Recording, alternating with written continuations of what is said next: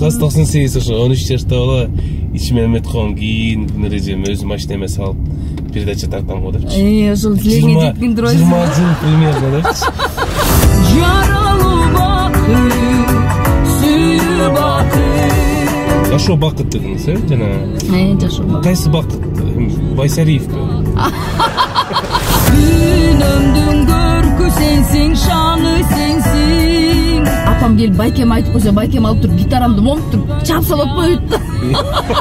Прям эме дейби? Өмүр барда